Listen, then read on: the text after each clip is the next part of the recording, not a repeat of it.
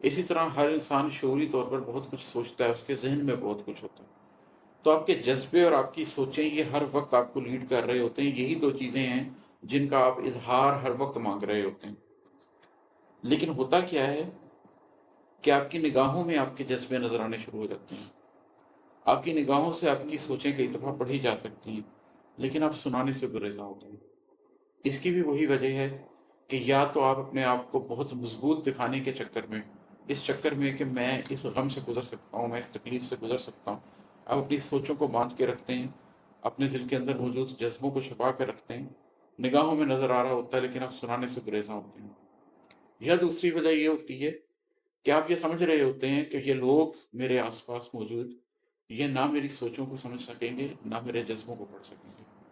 آپ کے جذبوں میں جو چل رہا ہوتا ہے اپنے ارد گرد کے لوگوں کو اس قابل ہی نہیں سمجھتے کہ اب ان کے ساتھ اپنے جذبے شیئر کیے جائیں،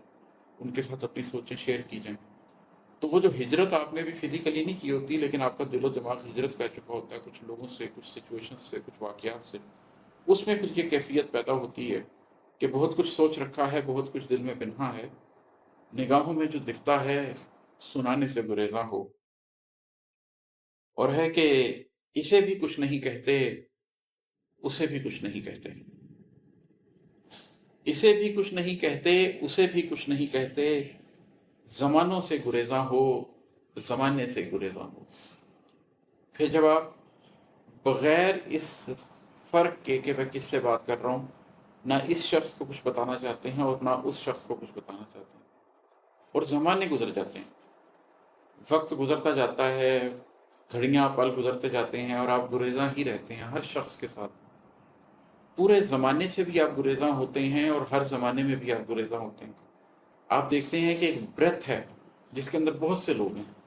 لیکن آپ اس پورے زمانے سے گریزاں ہیں، اور آپ ایک دیکھتے ہیں کہ ایک ڈیپتھ ہے بہت سے لمحوں کی، دنوں کی، ہفتوں کی، سالوں کی، اور آپ اس کے اندر خاموش ہیں اور اس میں آپ نے چپ سادھ لی ہے۔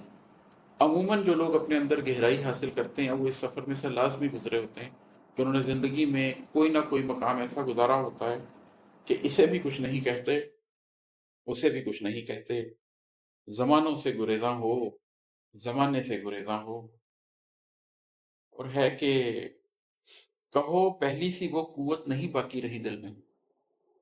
کہو پہلی سی وہ قوت نہیں باقی رہی دل میں، کہو اس عمر میں اب غم کمانے سے گریزاں ہو۔ نوجوانی میں آدمی بہت سے ایڈونچر کرتا ہے ذہنی اور جذباتی طور پر،